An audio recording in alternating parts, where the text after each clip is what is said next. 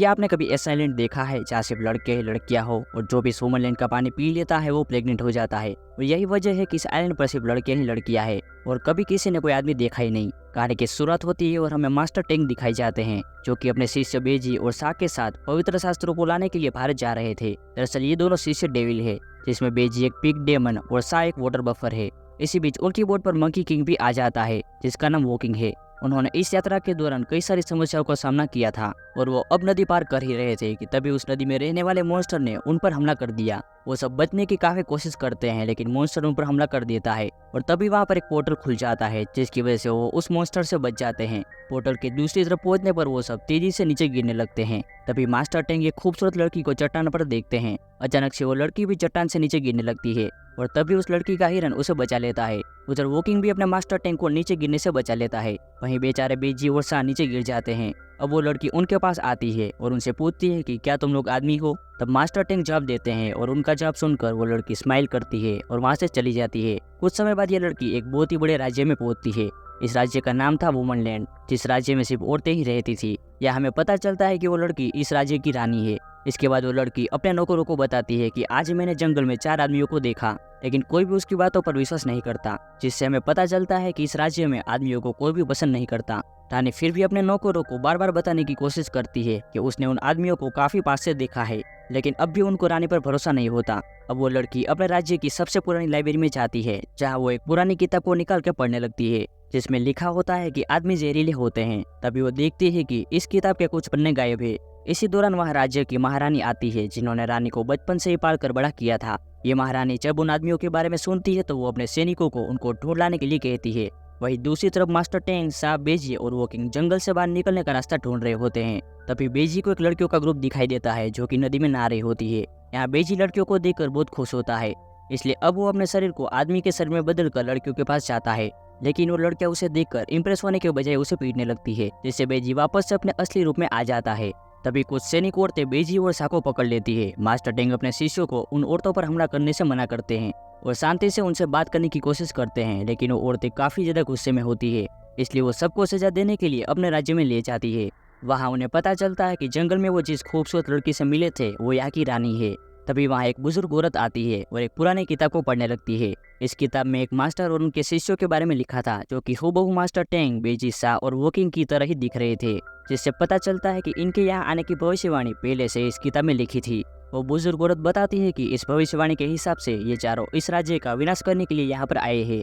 ये सुनकर वहाँ खड़ी सभी औरतें उन्हें मौत की सजा देने की मांग करने लगती है, जिसकी वजह से राज्य की महारानी सभी के दबाव में आकर उन चारों को मौत की सजा सुना देती है। रानी भी इस बात से सहमत होती है, लेकिन वो इन्हें सजा देने से पहले इनसे पूछताछ करने के लिए कहती है। अब महारानी ने एक दिन के लिए जेल में रखने का आदेश देती है। मंकी किंग के पास सुपर ह्यूमन पावर्स होती है जिससे वो सभी औरतों को आसानी से हरा सकता है, लेकिन मास्टर टैंक ने उसे ऐसा करने से मना किया था। अब रात को मास्टर टैंक जेल को तोड़कर वहाँ से भागने के लिए कहते हैं, इसलिए वॉकिंग जेल का दरवाजा तोड़ देता है और वो चारों वहाँ से भाग निकलते हैं। तभी रानी और उनके नौकर उन चारों से पूछताछ करने के लिए वहाँ आते हैं, लेकिन वॉकिंग अपनी ताकत से मेन गेट को खोल देता है, जिससे रानी और उनके नौकर वहीं गेट से टकराकर बेहोश हो जाते हैं। जिसके बाद वो चारों उड़ते हुए राज्य से बाहर निकलने की कोशिश करते हैं, लेकिन एक अदृश्य दीवार उन्हें बाहर जाने से रोकती है, जिससे टकराकर सभी नीचे गिर जाते हैं। दरअसल ये पूरा राज्य एक इनविजिबल वॉल से कवर था जिसे मंकी किंग भी नहीं तोड़ सकता था। तभी मंकी किंग कहता है कि हमें रानी से बात करनी चाहिए, इसलिए वो चारों जेल में वापस लौट जाते हैं। अब रानी और उनके नौकरों को होश आता है और वो जेल में उनसे पूछताछ करने के लिए जाते हैं, जहाँ रानी मास्टर टैंक से कई सवाल पूछती है और बातों बातों में उसे बताती है कि वो उसे पसंद करने लगी है। तब मास्टर टैंक रानी को बताते हैं कि मैं किसी से प्यार नहीं कर सकता क्योंकि मैं एक मूंग हूँ। साथ ही साथ टैंक अपने मकसद के बारे में बताते हुए रानी को एक छोटी सी किताब देते हैं जिसमें टैंक ने अपने पूरे सफर के बारे में लिखा हुआ था। इसी बीच मंकी किंग वहाँ पर आता है और रानी से यहाँ से बाहर निकलने का रास्ता पूछता है, जिस पर रानी उनकी मदद करने का वादा करती है। तभी वहाँ महारानी आती है और सभी को बताती है कि अगले दिन उन चारों को मार दिया जाएगा। अगले दिन उन चारों को रस्सी से बांध दिया जाता है। तभी रानी सिपाही का रूप लेकर चारों के पास आती है और उन्हें बताती है कि मैंने नुकीले तीरों को नकली तीरों से बदल दिया है, इसलिए जब तुम्हें तीरों से मारा जाएगा तब तुम्हें मरने का नाटक करना होगा। यहाँ सबसे पहले सा को तीर मारा जाता है, जिसे लगने के बाद वो मरने का नाटक करने लगता है, लेकिन जब टैंक को तीर मारा जाता है तब वो मरने का नाटक नहीं कर पाता, क्योंकि उसे हमेशा ही सिखाया गया था कि हमें कभी भी किसी को भी धोखा नहीं देना चाहिए। इसलिए सा बड़ी चालाकी से टैंक को एक पत्थर से मारता है, जिससे टैंक बेहोश हो जाता है। इसके बाद मंकी किंग को भी तीर मारा जाता है, जिससे वो भी मरने का नाटक करने लगता है। लेकिन जब बेजी की बारी आती है तो महारानी अपने सैनिकों को तीर बदलने का आदेश देती है, क्योंकि बेजी एक बदसूरत आदमी था और इस राज्य में बदसूरत आदमी का होना सबसे बड़ा अपराध था। अब क्योंकि बेजी एक डेमन था, इसलिए वो इतनी आसानी से कहाँ मरने वाला था। अब महारानी इन चारों के शरीर को एक नदी में फेंकने का आदेश देती है। तभी रानी अपने नौकरों के साथ उस नदी के पास पहुंच जाती है जहाँ उन चारों को फेंका गया था। इसके बाद रानी इन सभी को एक महफूज जगह पर ले जाती है। असल में ये जगह इस राज्य की पवित्र जगह थी। यहाँ रानी बताती है कि उसे भी इस राज्य से बाहर निकलने का रास्ता नहीं पता। यहाँ रानी का मानना था कि उनकी पुश्तैनी किताब से जो पन्ने गायब थे उनमें यहाँ से बाहर निकलने का रास्ता जरूर लिखा होगा।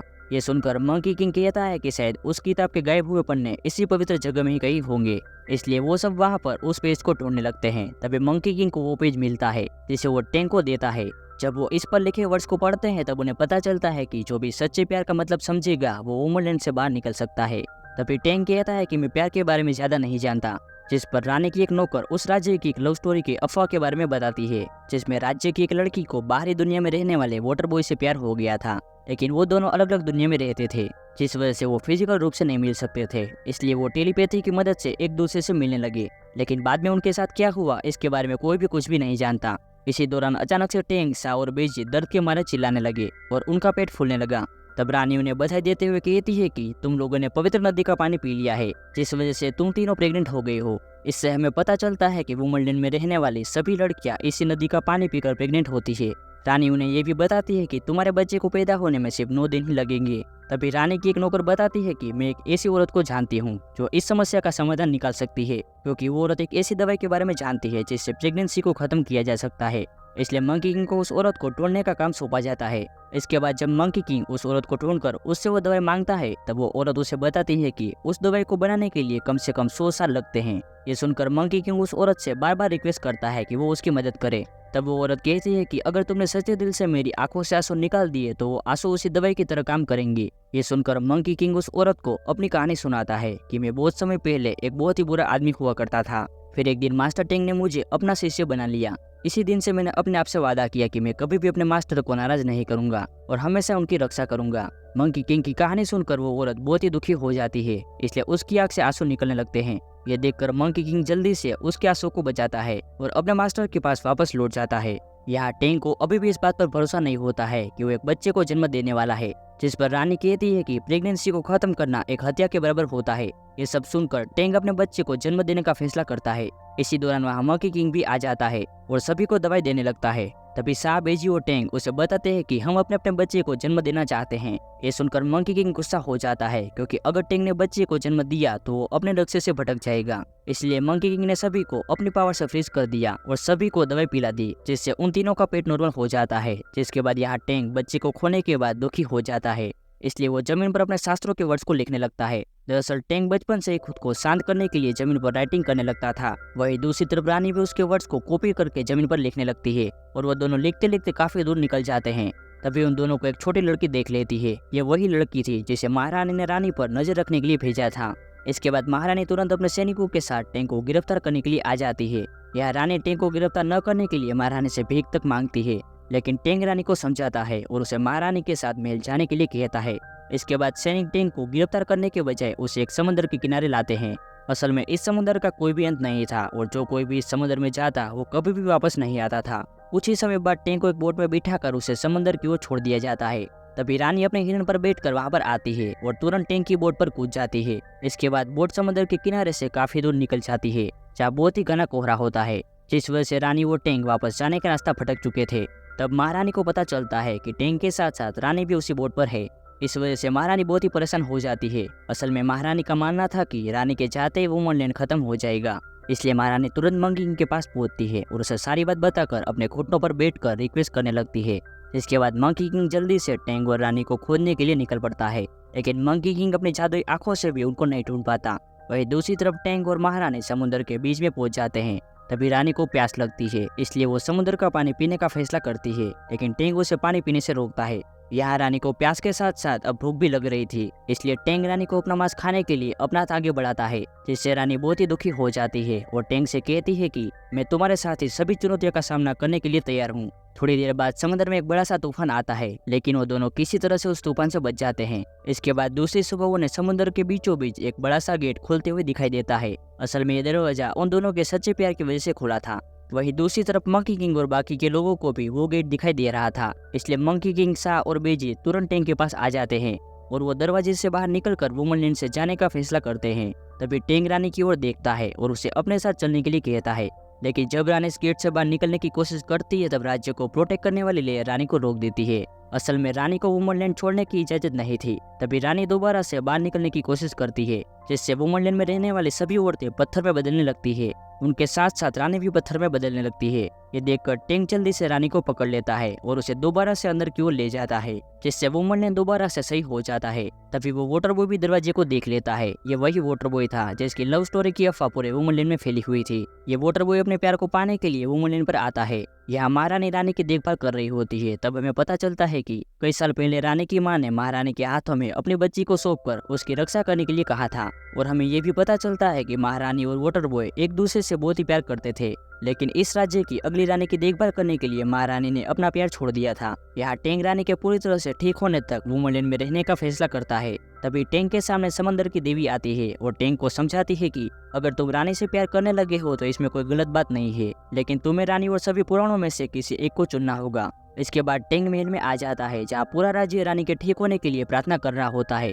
तभी अचानक से वहाँ वाटर बॉय आ जाता है और क्योंकि वाटर बॉय महारानी का पिछले 20 साल से इंतजार कर रहा था, इसलिए वो महारानी से अपने प्यार का इजहार करता है और उसे अपने साथ चलने के लिए कहता है। लेकिन महारानी को इस राज्य की रानी को सही दिशा दिखाने की अपनी ड्यूटी पूरी करनी थी, इसलिए वो वाटर बॉय के साथ चलने के लिए मना कर देती है, जिससे वाटर बॉय काफी ज्यादा गुस्सा हो जाता है और वुमनलैंड को खत्म करने की धमकी देता है। जिसके बाद वो वाटर बॉय रानी को उठाकर ले जाने लगता है, लेकिन मंकी किंग वहां आकर उसे तुरंत बचा लेता है, जिससे वाटर बॉय को और भी ज्यादा गुस्सा आ जाता है। इसलिए वो डेमन में बदल जाता है और राज्य पर हमला कर देता है। तभी मंकी किंग, सा और बेजी उसे रोकने की कोशिश करते हैं, लेकिन तभी वाटर बॉय एक बड़े से रूप में बदल जाता है और राज्य को पानी में डुबाना शुरू कर देता है, जिससे वुमनलैंड खत्म हो जाता है और सभी औरतें समुद्र में डूबने लगती है।